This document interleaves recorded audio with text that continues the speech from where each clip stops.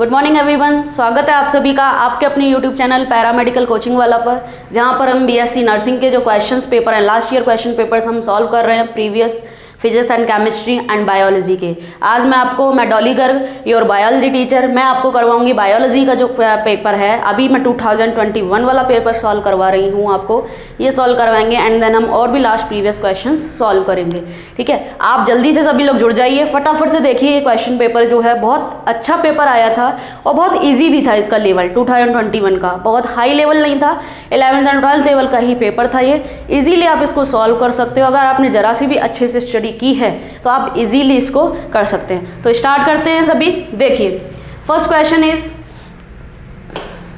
फेफड़े संरक्षित होते हैं, यानी कि the lungs are protected by.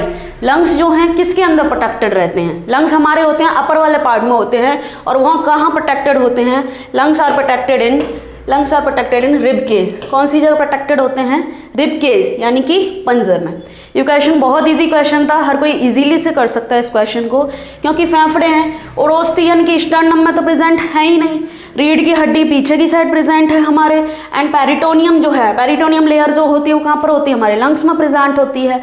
लेकिन ये पूछ रहा है कि कहाँ प्रेजेंट होते हैं, तो कहाँ प्रेजेंट होते हैं? पंजर में प्रेजेंट होते हैं, यानी कि रिब केज में प्रेजेंट होते हैं जो लंग्स होते हैं। ओके, देखिए नेक्स्ट क्वेश्चन देखते हैं। ये भी बहुत इजी क्वेश्चन है। यह क्वेश्चन है, गुर्दे की क्रियात्मक इकाई क्या है? गुर्दे की जो क्रियात्मक इकाई है वो क्या होती है? देखिए, अब देखते हैं क्रियात्मक इकाई क्या होती है इसकी।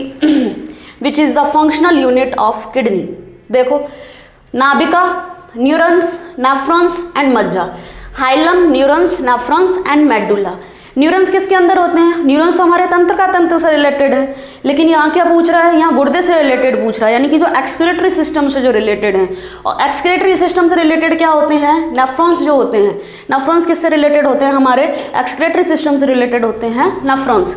तो इसकी इकाई भी क्या होती है? नेफ्रॉन्स होती है, जिसकी देखो स्ट्रक्चर इस तरीके से होती है। अगर आपको याद हो तो फर्स्टली तो ये क्या होता है? ये ग्लोमेरुलस होता है, देन इसकी ये हैनले लूप प्रेजेंट है, देन पीसीटी, डीसीटी जो है और ये कलेक्टिंग डक्ट, इस तरीके से प्रेजेंट होती है इसकी स्ट्रक्चर। तो ये क्या होती है इसकी इकाई? गुर्दे की क्रियात्मक इकाई क्या होती है? अपनी नेफ्रॉन्स होती है। क्लियर है यहाँ तक सभी को? ठीक। देखिए नेक्स्ट क्वेश्चन, मस्तिष्क की तंत्रिकाएं, यानी कि जो तंत्रिकाएं हमारे मस्तिष्क में उपस्थित हैं, जो नर्व्स मस्तिष्क में प्रेजेंट हैं, उन नर्व्स का नेम क्या होता है? यहाँ पर आप नाम से सीधे सीधे बता सकते हैं, पता चल रहा है सीधे सीधे। देखिए, कपालीय तंत्रिकाएं, रीढ़ की हड्डी की तंत्रिकाएं, थोरेसिक तंत्रिकाएं और सैक्रल तंत्रिकाएं। अब नाम देखिए, कपालीय तंत्रिकाएं, कपाल क्या होता है? ये वाला पार्ट होता है, तो ये कपालीय तंत्रिकाएं। तो मस्तिष्क की क्या आएंगी? कपालीय तंत्रिकाएं आएंगी। रीढ़ की हड्डी की जो रीढ़ की हड्डी से अटैच होंगी, थोरेसिक जो यहाँ पर हमारे थोरक्स में प्रेजेंट है, सैक्रल जो हमारे पीछे जो सैक्रल प्रेजेंट है, सैक्रल बोन जहाँ से रिलेटेड है। तो यहाँ पर क्या आंसर आएगा? जो मस्तिष्क से रिलेटेड होगा वो क्या होगा? मस्तिष्क से रिलेटेड कपाल तंत्रिकाएं होंगी मस्तिष्क रिलेटेड, यानी कि क्रेनियल नर्व्स जो होती हैं। ठीक है, हमारे अंदर कितनी होती हैं क्रेनियल नर्व्स जो होती हैं? देखिएगा, याद कीजिएगा। ठीक है, देखिए तो ये तीन क्वेश्चन कौन से हुए? एक तो लंग्स वाला, एक गुर्दे वाला और एक इसका हो गया मस्तिष्क वाला। नेक्स्ट क्वेश्चन करते हैं। Next is question number 70। देखिए, किस आनुवंशिक रोग में मस्तिष्क के न्यूरॉन का अपव्यय तथा मृत्यु होती है? यानी कि which of the following is a genetic disease that cause neurons in the brain to waste away and die. कौन सी डिजीज ऐसी है जिसमें न्यूरॉन्स जो होते हैं वो क्या हो जाते हैं? मर जाते हैं, जिनकी मृत्यु हो जाती है। ये डिजीज होती है हंटिंगटन डिजीज। ये सीधे सीधे क्वेश्चन है, इसका कोई एक्सप्लेनेशन नहीं है, सीधा क्वेश्चन है कि जो ब्रेन डेड होता है, ब्रेन में जो न्यूरॉन्स डेड होते हैं, वो डिजीज का नेम क्या होता है? That is Huntington disease. क्या नेम है इसका? हंटिंगटन रोग। क्लियर है सभी को? ठीक। देखिए नेक्स्ट क्वेश्चन, डोपामिन एक महत्वपूर्ण न्यूरोट्रांसमीटर है। पहले इस क्वेश्चन को पढ़ें हम। देखो, डोपामिन क्या है? न्यूरोट्रांसमीटर है। ठीक है, इसको बनाने वाले मस्तिष्क न्यूरॉन, यानी कि ये कहाँ से बनता है? मस्तिष्क के न्यूरॉन से बनता है। इसके नष्ट हो जाने से कौन सा रोग होता है ये पूछ रहा है, यानी कि मस्तिष्क के न्यूरॉन के थ्रू क्या बन रहा है? डोपामिन, ये न्यूरोट्रांसमीटर है। कौन सा डिजीज होगा? ये अगर नष्ट हो जाता है तो सीधे सीधे इसका भी सीधे पॉइंट टू पॉइंट आंसर है Parkinson disease. Point two point answer है इसका, क्या आएगा? पार्किंसन डिजीज इसका आंसर आएगा, अगर डोपामिन नष्ट हो जाता है तो। क्लियर? देखिए नेक्स्ट इज आंखों में रोशनी की मात्रा का प्रवेश नियंत्रण होता है। किससे नियंत्रित होता है? यानी कि आंखों में जो हमारे रोशनी जा रही है, हमको दिख रहा है, वो किससे नियंत्रित होता है? जो प्रवेश होता है वो नियंत्रित होता है हमारे स्टार्टिंग में, यानी कि फ्रंट में जो प्रेजेंट होता है आइरिस। आइरिस का मतलब क्या होता है? जो आँख की पुतली जो होती है, जो आँख की पुतली होती है ना, वो क्या करती है, अंदर कितनी रोशनी जाएगी और कितनी नहीं जाएगी, उसको क्या करती है? नियंत्रित करती है। यही यहाँ पर क्वेश्चन पूछ रहा है। कॉर्निया पर तो हमारे क्या बनता है? कॉर्निया पर तो हमारे इमेज बनती है, ठीक है। तो यहाँ पर क्या पूछ रहा है? आँख की रोशनी की मात्रा सर्वाधिक जो नियंत्रण होता है वो किससे होता है? आँख की पुतली से, यानी कि आइरिस। इंग्लिश में बोलते हैं हम इसको आइरिस। क्लियर? देखिए ये क्वेश्चंस बहुत अच्छे आए थे, बहुत मतलब इजी क्वेश्चन थे, कोई हार्ड पेपर नहीं था, आप इजीली कर सकते हैं। नेक्स्ट क्वेश्चन देखते हैं हम। Question number 73। वृषण से स्रावित होने वाला, हमको पता है वृषण किस में होता है? मेल में होता है। नर के अंदर वृषण है। अब इसमें देखो जो हार्मोन्स हैं, हमको नर हार्मोन देखना है, इसमें से कौन सा नर हार्मोन है। तो देखिए प्रोजेस्टेरोन कौन सा होता है? प्रोजेस्टेरोन तो फीमेल हार्मोन होता है। वैसोप्रेसिन कहाँ से, ये कौन सा हार्मोन है? ये किसको कंट्रोल करता है? ये हमारा मूत्र को कंट्रोल करने का काम करता है, यूरिन को। और ग्लूकागोन कहाँ से रिलीज होता है? ये पेनक्रियास से रिलीज होता है। और जबकि पूछा क्या है? वृषण से कौन सा स्रावित होता है? तो वृषण से स्रावित कौन सा होता है? अपना टेस्टोस्टेरोन जो है वृषण से स्रावित होने वाला हार्मोन है, जिसको हम क्या बोलते हैं? इसको नर हार्मोन भी बोलते हैं। क्या बोला जाता है? इसको नर हार्मोन भी बोला जाता है। और प्रोजेस्टेरोन कौन सा हार्मोन है? मादा हार्मोन है, फीमेल हार्मोन है। तो इसका आंसर क्या आएगा? टेस्टोस्टेरोन। क्लियर? Next question. माँ को भ्रूण से जोड़ने वाला अस्थायी अंग। माँ होती है, माँ के जब गर्भाशय में जब बच्चा है तो वो उससे जुड़ा रहता है माँ से। तो किससे जुड़ता है? जिससे वो सब कुछ लेता है, अपना भोजन भी ले रहा है, ऑक्सीजन भी ले रहा है, अपने CO2 भी निकाल रहा है, यानी कि सारे काम उसके थ्रू होते हैं। हम सबको पता है, हम अच्छे से जानते हैं किससे जुड़ता है। देखो प्लेसेंटा से। आंसर सीधे सीधे निकल के आ जाएगा। कोई एकदम इतने इजी क्वेश्चन थे 2021 में कि आप इजीली 34 में से 33 क्वेश्चन तो इजीली करके आ सकते हैं हम सब। तो इसका आंसर क्या हो जाएगा? प्लेसेंटा। प्लेसेंटा के थ्रू मदर एंड जो बेबी होता है उन दोनों में क्या रहता है? कनेक्शन रहता है। यही दोनों आपस में जुड़ते हैं। जन प्लेसेंटा के थ्रू उसको सब कुछ मिलता भी है और उसी के थ्रू वो एक्सक्रीट भी करता है। ठीक है, देखिए क्वेश्चन बहुत ही इजी हैं, जो टेंशन लेने की किसी को ज़रूरत नहीं है कि पता नहीं कैसा पेपर आएगा। पेपर इजी आएगा, डोंट वरी। देखिए नेक्स्ट, मूत्र की सांद्रता को अभी अभी निकल के गया था ये क्वेश्चन, उसमें मैंने एक्सप्लेन किया था। मूत्र की सांद्रता को कौन नियंत्रित करता है? वैसोप्रेसिन, और उसका दूसरा नाम है ADH, एंटी डाईयूरेटिक हार्मोन। देखो ये रहा आंसर, ए आ जाएगा। इसका आंसर क्या आएगा? ADH, एंटी डाईयूरेटिक हार्मोन, जिसको क्या बोलते हैं? वैसोप्रेसिन भी बोलते हैं। अभी अभी मैंने आपको बताया था, इससे जस्ट पहले जो क्वेश्चन था, ठीक है ना। ये ऑक्सीटोसिन ये कहाँ पर प्रेजेंट है? ये फीमेल हार्मोन है, ठीक है। और थायरोक्सिन ये किससे रिलीज होता है? थायराइड से रिलीज होता है। और जबकि इसने किसके बारे में पूछा है? इसने पूछा है यूरिन के बारे में, ठीक है। तो यूरिन को कौन कंट्रोल करता है? वो कंट्रोल करता है ADH, एंटी डाईयूरेटिक हार्मोन, और वैसोप्रेसिन, दो नेम होते हैं इसके। देखिए नेक्स्ट क्वेश्चन, कौन सा द्रव जोड़ों को चिकनाई देता है? यानी कि जो हमारी ये जोड़े हैं ना, ये सारे जो जॉइंट्स हैं, तो ये ग्लाइडिंग कर रहे हैं, इजीली हो रहे हैं ये, तो इनमें चिकनाई तो प्रेजेंट होती है। अदरवाइज यहाँ पर क्या हो जाएगा? यहाँ घर्षण होगा तो यहाँ पर क्या हो जाएगा? ये बोन्स जो हैं घिस जाएंगी। इसीलिए यहाँ पर क्या प्रेजेंट होते हैं? कुछ द्रव प्रेजेंट होते हैं चिकनाई के लिए। फॉर एग्जाम्पल जैसे सर्दी आती है तो हमारी खुश्की भरने लग जाती है, हम क्या करते हैं? हम क्या यूज़ करते हैं? क्रीम्स यूज़ करते हैं चिकनाई के लिए। सेम एग्जाम्पल यहाँ पर भी है, ऐसे ही प्रेजेंट होता है। तो यहाँ पर कौन सा प्रेजेंट होता है? देखो यहाँ होता है साइनोवियल द्रव। कौन सा द्रव होता है? साइनोवियल द्रव प्रेजेंट होता है, जो जोड़ों को क्या करता है? चिकनाई प्रदान करता है। क्लियर है सभी को? देखिए क्वेश्चन बहुत इजी थे, इसीलिए आप फटाफट से कर सकते हैं इन क्वेश्चंस को। नेक्स्ट देखिए, मानव में पाया जाने वाला प्लेसेंटा। अभी तो उसने पूछा था कि माँ और बच्चे किससे जुड़े होते हैं, अब वो पूछ रहा है जो प्लेसेंटा है उसका टाइप क्या है। ठीक है, तो मानव में जो टाइप होता है ना, सीधे सीधे पॉइंट टू पॉइंट आंसर है इस क्वेश्चन का। आंसर है हीमोकोरियल। कौन सा होता है? हीमोकोरियल। हीमोकोरियल टाइप का प्लेसेंटा प्रेजेंट होता है। प्लेसेंटा के टाइप्स होते हैं कई। यहाँ पर क्या होता है, माँ हीमोकोरियल में माँ ब्लड से डायरेक्ट कनेक्टेड रहता है जो बच्चा रहता है, ठीक है। देखिए नेक्स्ट इज हड्डियाँ किस लेयर से बनती हैं, यानी कि bones of vertebrates derived from, vertebrates की जो बोन्स हैं वो किस से बनती हैं, एक्टोडर्म से, एपिडर्म से, मेसोडर्म से और एंडोडर्म से।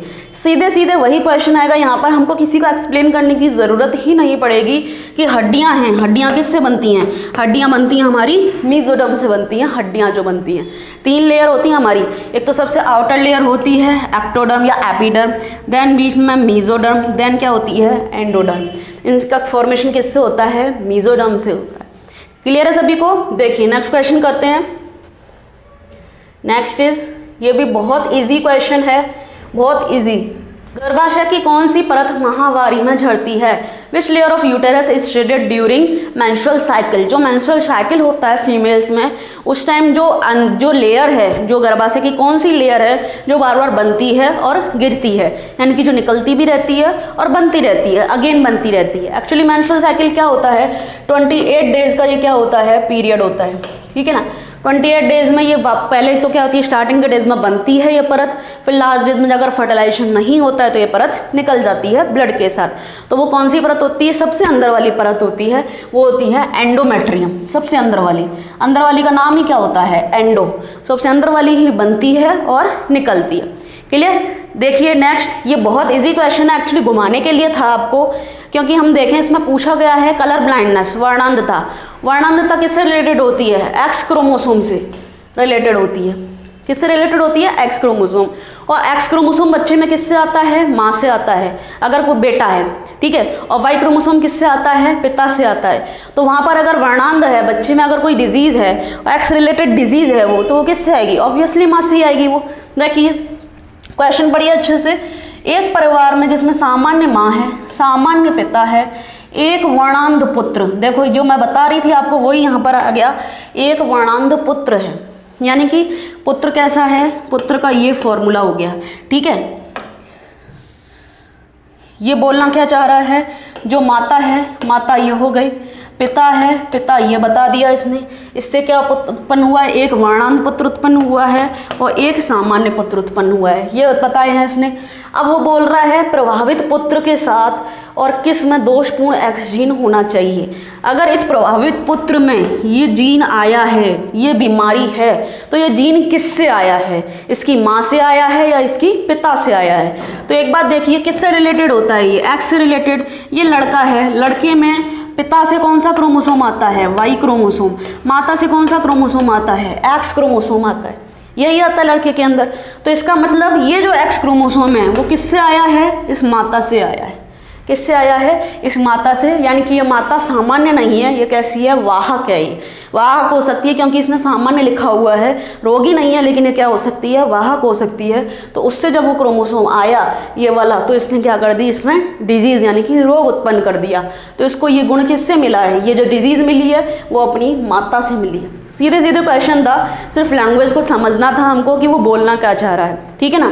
क्योंकि वर्णांध है, जो कलर ब्लाइंडनेस है, कलर ब्लाइंडनेस किससे रिलेटेड होता है, एक्स रिलेटेड डिजीज है ये। क्लियर है सभी को, ठीक।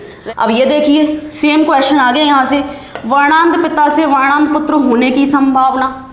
अभी मैंने आपको बताया पुत्र को वाई पुत्र में कौन से होते हैं, एक्स और वाई।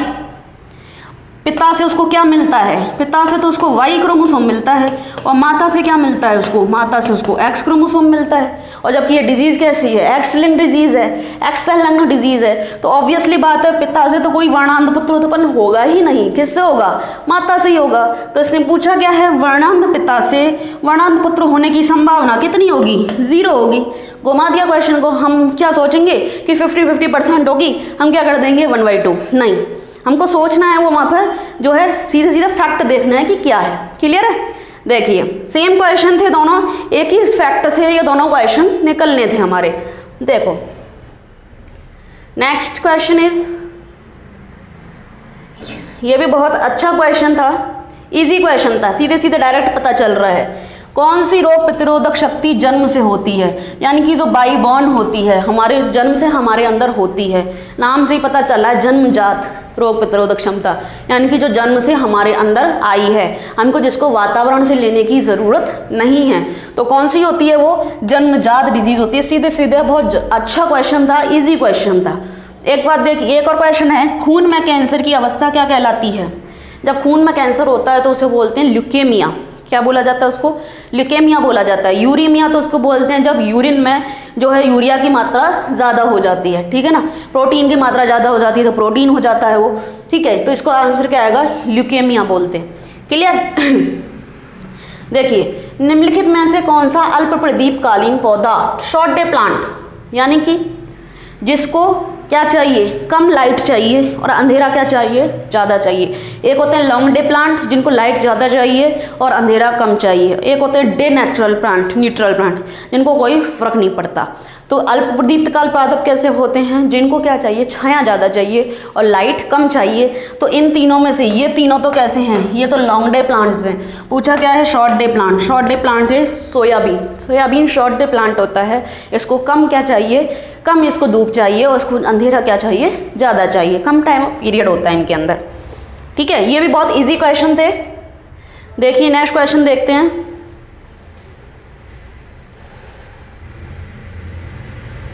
ये अच्छा क्वेश्चन था, ये जो जानता था वही कर सकता है, अगर जिसको नहीं पता है तो नहीं कर सकता, बिकॉज फैक्ट का क्वेश्चन है ये सीधे सीधे कि यीस्ट स्वयं की मृत्यु के लिए विषाक्त हो जाते हैं। यीस्ट खुद के लिए क्या हो जाता है? एक तरीके से खुद के लिए ही पॉइजन की तरह वर्क करने लगता है। अगर अल्कोहल की सांद्रता कितनी हो जाए?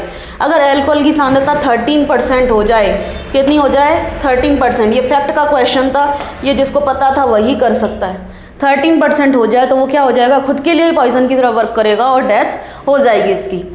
देखो नेक्स्ट क्वेश्चन, ये आपका फिजियोलॉजी से क्वेश्चन है। पोषक तत्व विलयन में पादपों की मृदा के हवा में वृद्धि करना, यानी कि किस में कर रहे हैं हम? पानी में वृद्धि कर रहे हैं हम पादपों की, बिना मृदा के। कैसे कर रहे हैं? बिना मृदा के अगर हम पादपों की क्या कर रहे हैं? केवल पानी में वृद्धि, लेकिन पानी में क्या है? पोषक तत्व हैं। तो इस जो है प्रोसेस को बोला क्या जाता है? इस प्रोसेस को बोलते हैं हाइड्रोपोनिक्स। क्या बोला जाता है इसको? हाइड्रोपोनिक्स। एक्वापोनिक्स सोच रहे होंगे कुछ, लेकिन एक्वापोनिक्स हम नहीं होता। इसका मतलब क्या होता है? हाइड्रोपोनिक होता है, यानी कि पोषक तत्व युक्त जलीय विलयन में हमने क्या किया है? इनको हम वृद्धि करवा रहे हैं, ठीक है। देखिए नेक्स्ट क्वेश्चन, पादपों में सभी तनाव हार्मोन के कार्य हैं। तनाव हार्मोन कौन सा होता है? पहले हमें ये पता होना चाहिए। तनाव हार्मोन कौन सा होता है? एब्सिसिक एसिड, जिसको क्या लिखते हैं हम? ABA लिखते हैं। एब्सिसिक एसिड जो होती है वो तनाव हार्मोन होता है, ठीक है ना, पादपों में बोला जाता है। तो उसके कार्य सिवाय किसके, यानी कि कौन सा कार्य नहीं है, ये पूछ रहा है ये। बीज अंकुरण को रोकेगा, बिल्कुल रोकेगा। तनाव हार्मोन है वो क्या करता है? वृद्धि रोधक हार्मोन होता है ये, वृद्धि प्रेरित नहीं करता, ये क्या करता है? वृद्धि को रोकता है। ये भी सही होगा। जिब्रेलिन के विरोध के रूप में काम करता है, बिल्कुल सही है। जिब्रेलिन क्या करता है? स्टेम को इलोंगेट करता है, लेकिन ये उसको क्या करेगा? रोकेगा। विल्गन को बढ़ावा देगा, हाँ। विल्गन यानी कि जल्दी से फलों का गिरना, जल्दी से पत्तियों का गिरना, यानी कि वृद्धि को क्या कर रहा है? रोक रहा है। दूसरा है रंध्रों को खुलना, नहीं ये तो नहीं आएगा, यही तो पूछ रहा है ये, तो इसका आंसर क्या आएगा? डी। क्योंकि रंध्रों का खुलना तो क्या है? एक तो एक तरीके से वृद्धि प्रेरित करने वाली कंडीशन हो गई कि रंध्र खोलना, जबकि जो तनाव हार्मोन है ये क्या करता है? रंध्र बंद करने का काम करता है। इसीलिए इसका ऑप्शन क्या आएगा? डी आएगा। ये तीनों इसके लिए सही है, ये इसके लिए गलत है। यही इसमें पूछा है कि कौन से कार्य हैं सिवाय, यानी कि जो इसमें से कार्य नहीं है इसका। क्लियर है सभी को? तो ये तीनों तो काम होंगे और ये वाला इसका काम नहीं होगा। नेक्स्ट देखिए,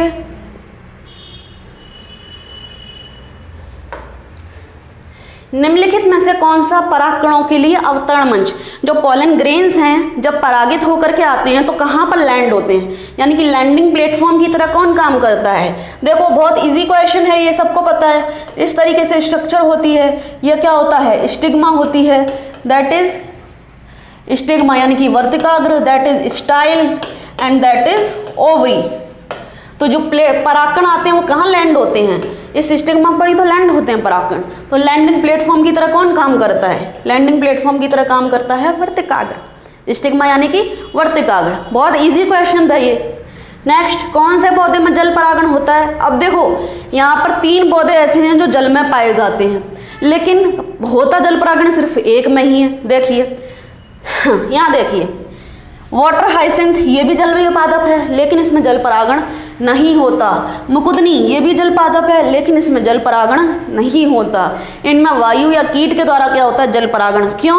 क्योंकि इनमें पुष्प जो हैं कैसे लगते हैं, जल की सतह से ऊपर लगते हैं इनमें। ऐसे कमल जो होता है, कमल में भी क्या होता है, वायु या कीट परागण होता है, क्योंकि पुष्प जल की सतह पर नहीं होते, सतह से ऊपर होते हैं। जल परागण कब होगा, जब पुष्प क्या होंगे, जल की सतह पर होंगे या जल में डूबे हुए होंगे। लेकिन यहाँ कैसे होते हैं, जल की सतह के ऊपर होते हैं, इसीलिए ये दोनों तो नहीं आएंगे। क्या पूछ रहा है, जल परागण। गेहूँ तो सीधे सीधे पता है हमको कैसे होता है, वायु के द्वारा होता है वो गेहूँ में। तो बच कौन सा गया, वेलिस्नेरिया। वेलिस्नेरिया में कहाँ होता है, जल की सतह पर होते हैं, तो परागण की प्रक्रिया होती है जल की सतह पर, जल के द्वारा होता है। समझ में आया सभी को। देखिए कौन सा आभासी फल, मतलब क्या होता है आभासी फल का, false fruit. False fruit means जहाँ अंडाशय के अलावा किसी और भाग भी क्या करता है, फ्रूट के निर्माण में भाग लेता है। एक्चुअली फ्रूट का निर्माण किससे होता है, अंडाशय से। फल किससे बनता है, अंडाशय से बनता है। लेकिन अंडाशय के अलावा पुष्प का कोई और भाग भी, पुष्प का कोई और भाग भी अगर भाग ले रहा है फल निर्माण में, तो उसको क्या बोला जाता है, आभासी फल। अगर केवल अंडाशय से बन रहा है तो उसको बोलते हैं सत्य फल। क्या बोलते हैं उसको, सत्य फल। तो देखते हैं कौन सा सही है। देखिए तरबूज, आम, ये कैसे हैं, सत्य फल हैं। ये कैसे हैं, ये सत्य फल होते हैं। तो ये तीनों ऑप्शन तो होंगे ही नहीं। सेब और काजू तो असत्य फल होते हैं, आभासी फल होते हैं, लेकिन जोड़ा हमको सही ढूंढना है, इसीलिए इसका जोड़ा कौन सा आएगा, ए वाला। सेब और काजू दोनों के दोनों कैसे हैं, आभासी फल हैं। बाकी तीनों ऑप्शन में क्या दे रखा है, एक सत्य फल दे रखा है और एक आभासी फल दे रखा है, इसीलिए इसका आंसर क्या आएगा अपना, सेब और काजू जो फर्स्ट है, ए ऑप्शन इसका क्या होगा, आंसर होगा। ठीक है, बहुत ईजी क्वेश्चन था ये भी। तो तीनों क्वेश्चन ये हमने देखे। नेक्स्ट देखिए,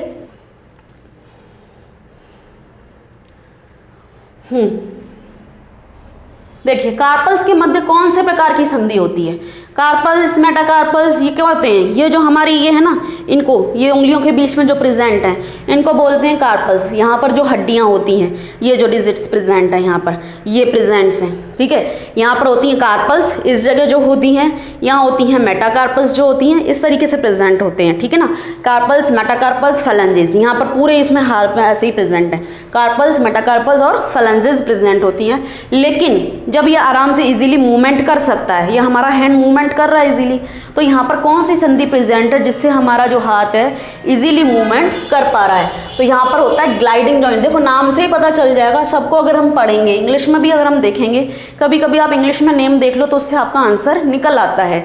ग्लाइडिंग, जब भी तो हम हाथ इजीली मोड़ पा रहे हैं, कार्पल्स हमारे यहाँ प्रेजेंट है, हम इजीली क्या कर पा रहे हैं, मोड़ पा रहे हैं, मूवमेंट कर पा रहे हैं, तो इसीलिए इसका आंसर क्या आएगा, ग्लाइडिंग जॉइंट होंगे, जो हमारा यहाँ पर क्या होता है, इजीली ग्लाइडिंग करता है और ये मूवमेंट इजी करता है। तो यहाँ पर कौन सा प्रेजेंट होता है, ग्लाइडिंग जॉइंट प्रेजेंट होता है कार्पल्स के बीच में। हाँ जी देखिए नेक्स्ट क्वेश्चन देखते हैं। 92, मस्तिष्क का रसो संवेदी क्षेत्र अति संवेदी होता है। देखो इंग्लिश में देखिए इस क्वेश्चन को, तब अच्छे से समझ में आएगा कि the chemosensitive area of brain is highly sensitive. जो ब्रेन का कीमोसेंसिटिव एरिया है वो किसके लिए हाईली सेंसिटिव होता है, यानी कि इनमें से किसके लिए हाईली सेंसिटिव होता है, वो होता है CO2 और H+ के लिए। ये पॉइंट टू पॉइंट क्वेश्चन है सीधे कि हमारा कीमोसेंसिटिव एरिया है ब्रेन में, वो किस चीज़ के लिए हाईली सेंसिटिव होता है, किसके लिए हाईली सेंसिटिव है, CO2 और H+ के लिए। सीधे पॉइंट टू पॉइंट क्वेश्चन है, यहाँ पर कुछ भी सोचने की समझने की हमको कोई ज़रूरत नहीं है, कुछ नहीं सोचना, कुछ नहीं समझना। अगर हमको आता है तो हम कर पाएंगे, वैसे ये सही सभी को पता होती है ना। मस्तिष्क में मौजूद सहभागी क्षेत्र उत्तरदायी है, यानी कि एसोसिएशन एरियाज जो प्रेजेंट हैं मस्तिष्क में, वो किसके लिए उत्तरदायी होते हैं, एक दूसरे से जो जुड़े हैं एसोसिएशन एरिया। यहाँ भी सीधे सीधे पॉइंट टू पॉइंट क्वेश्चन है, स्मरण और संपर्क सूत्र के लिए होते हैं। बाकी जो तीनों काम हैं वो इनके सहभागी क्षेत्र के काम नहीं है। कौन सा है, स्मरण और संपर्क सूत्र के लिए कौन सा कार्य करता है, हमारा सहभागी क्षेत्र काम करता है हमारे ब्रेन का। ठीक है, देखिए नेक्स्ट देखिए 94 क्वेश्चन। हार्मोन जो स्वयं लक्ष्य कोशिका में प्रवेश नहीं करते हैं लेकिन द्वितीयक संदेश वाहकों को उत्पन्न करते हैं। Hormones which itself do not enter the target cell but generate secondary messenger. एक कुछ हार्मोन्स होते हैं डायरेक्ट टारगेट सेल पर अटैक करते हैं, कुछ हार्मोन्स होते हैं डायरेक्ट अटैक नहीं करते हैं, वो एक सेकेंडरी मैसेंजर क्रिएट करते हैं, फिर वो आगे जाकर के अपना काम करता है। वो यहाँ पर हमको ढूंढना है कौन सा है। देखो testosterone and cortisol, cortisol and insulin, FSH and insulin, FSH and testosterone. देखिए यहाँ पर जो दे रखे हैं ये टेस्टोस्टेरोन, कॉर्टिसोल, टेस्टो एंड ये जो दे रखे हैं ये हार्मोन कैसे हैं, ये प्राइमरी हैं, यानी कि डायरेक्ट किस पर अटैक करते हैं, जो टारगेट ऑर्गन है, जो प्रभावी अंग है उस पर प्रभाव डालते हैं। लेकिन जो एफएसएच और इंसुलिन है ये कैसे होते हैं, ये द्वितीयक संदेश वाहक उत्पन्न करते हैं, ये डायरेक्ट टारगेट ऑर्गन पर एक्ट नहीं करते, द्वितीयक संदेश वाहक उत्पन्न करते हैं। देन वो क्या करता है, फिर आगे इनकी जो इन्फॉर्मेशन है वो ले जाता है, वो जो वर्क करने हैं वो जो वर्क करता है। ठीक है, तो इसका आंसर क्या आएगा अपना, एफएसएच एंड इंसुलिन इसका आंसर होगा।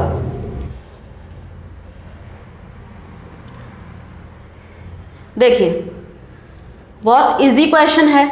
स्थिति जिसमें एक या दोनों वृषण उदर से अंडकोश में उतरने में विफल होते हैं।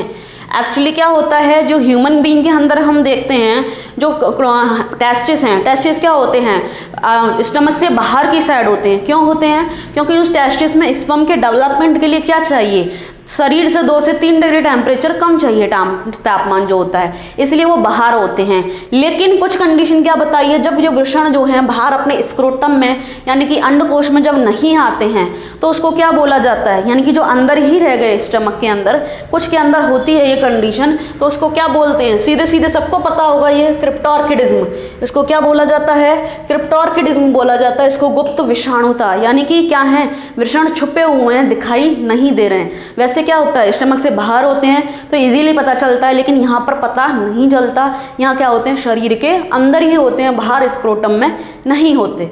देखिए ये एक वर्ड दे रखा है आर्किडेक्टोमी। आर्किडेक्टोमी का मतलब है टेस्टिस को ही हटा देना। ठीक है, आर्किडेक्टोमी का मतलब क्या होता है, रिमूवल ऑफ टेस्टिस। टेस्टिस को क्या कर दिया जाएगा, अगर हटा दिया जाए तो उसको क्या बोला जाता है, आर्किडेक्टोमी बोला जाता है। दूसरा क्वेश्चन नेक्स्ट देखते हैं, बहुत इजी क्वेश्चन है। 200 शुक्राणु बनाने के लिए कितने द्वितीयक शुक्राणु कोशिकाओं की आवश्यकता होगी, बताइए। देखो 200 शुक्राणु बनाने हैं तो सेकेंडरी स्पर्मेटोसाइट्स कितने चाहिए।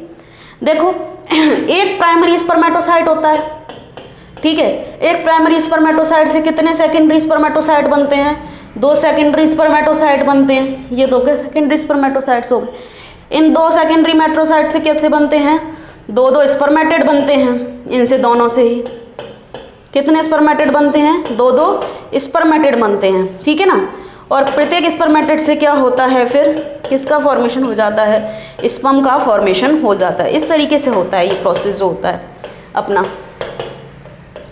अब इसमें क्वेश्चन क्या पूछा है देख लेते हैं। क्वेश्चन पूछा है कि सेकेंडरी स्पर्मेटोसाइट से कितने बनेंगे, तो सेकेंडरी स्पर्मेटोसाइट से एक से कितने बन रहे हैं, 2 स्पर्म बन रहे हैं। पूछा 200 के लिए कितनी सहायता होगी, तो 100 चाहिए। 1 से 2 बन रहा है तो 100 से कितने बन जाएंगे, 200। अगर प्राइमरी पूछता तो प्राइमरी के लिए कितना आ जाता, प्राइमरी के लिए 1 से 4 बन रहे हैं, तो यहाँ पर क्या हो जाता बताइए, यहाँ पर 50 से ही 200 बन जाते हैं। इसलिए सेकेंडरी स्पर्मेटोसाइट्स कितने चाहिए, 100 चाहिए, जो सेकेंडरी स्पर्मेटोसाइट्स चाहिए, जिनसे कि 200 क्या बन जाएंगे, हमारे स्पर्म्स का फॉर्मेशन हो जाएगा। बिकॉज एक सेकेंडरी स्पर्मेटोसाइट से 2 स्पर्म बन रहे हैं। ठीक है, देखिए नेक्स्ट, ये हमारा जेनेटिक्स का क्वेश्चन है कि रोध प्रकूट कौन सा है। रोध प्रकूट यानी कि स्टॉप कोडॉन। 3 जो कोडॉन होते हैं वो स्टॉप कोडॉन होते हैं, हम सब अच्छे से जानते हैं। कौन कौन से होते हैं स्टॉप कोडॉन, देखें हम। एक तो होता है UAA, एक होता है UAG और एक होता है UGA। अब इन तीनों में से देख लेते हैं कौन सा दे रखा है इसके अंदर, कौन सा दे रखा है। देखो ये भी नहीं मैच कर रहा, ये भी मैच नहीं कर रहा, ये भी मैच नहीं कर रहा। कौन सा मैच कर रहा है, D वाला। तो स्टॉप कोडॉन यानी कि जो क्या करता है, ट्रांसक्रिप्शन की और ट्रांसलेशन की प्रोसेस को जो रोकने का काम करता है, उनको क्या बोलते हैं, स्टॉप कोडॉन बोलते हैं। UAA, UAG, UGA 3 होते हैं ये। इसमें से एक पूछा था, एक यहाँ पर दिया हुआ है UAA, ऑप्शन D। देखिए नेक्स्ट है, कवक की कोशिका भित्ति को नष्ट करने के लिए कौन सा एंजाइम होगा। सबसे पहले तो हमें यह पता होना चाहिए कवक की कोशिका भित्ति बनी किसकी होती है। कवक की कोशिका भित्ति होती है काइटिन की, और पादपों की किसकी होती है, सेल्यूलोज की। तो काइटिन की बनी है, पीछे एंजाइम में तो क्या लग जाता है, एज लग जाता है बस, तो काइटिन के पीछे क्या लगा देंगे, काइटिनेज हो जाएगा। तो एंजाइम क्या आ जाएगा, कौन सा आ जाएगा, काइटिनेज। बहुत इजी क्वेश्चन था ये। काइटिनेज की जो प्रोसेस होगी वो इसके अंदर होगी।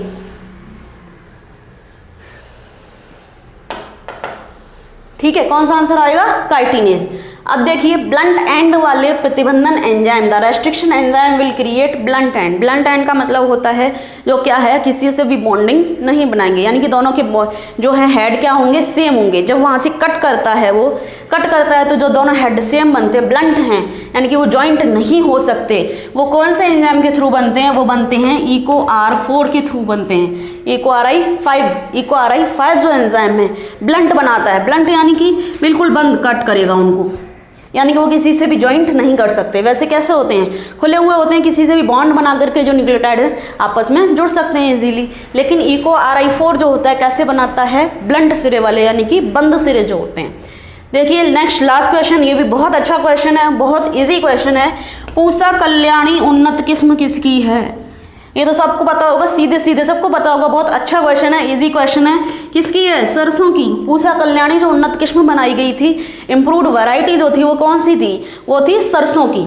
ठीक है ना। तो ये जो 2021 वाला जो अपना क्वेश्चन पेपर था, बहुत इजी क्वेश्चन पेपर था, हम इजीली क्वेश्चंस निकाल सकते हैं इसमें से, हमको टेंशन लेने की ज़रूरत नहीं है बिल्कुल भी। ये मैंने आपको पूरा पेपर सॉल्व करवा दिया है, जो आप अच्छे से देखिए, कंप्लीट एक्सप्लेनेशन किया है, जहाँ पर नीड हमने अच्छे से एक्सप्लेनेशन किया है, आप देखिएगा इसको। और इसके बाद अगर आप करेंगे ना, और क्वेश्चन करेंगे तो आप इजीली कर पाएंगे और भी क्वेश्चन। ठीक है, तो टेंशन लेने की ज़रूरत नहीं है, सभी पढ़ते रहिए और आराम से अपना कल सभी एग्जाम दीजिए। All the best all of you, thank you everyone.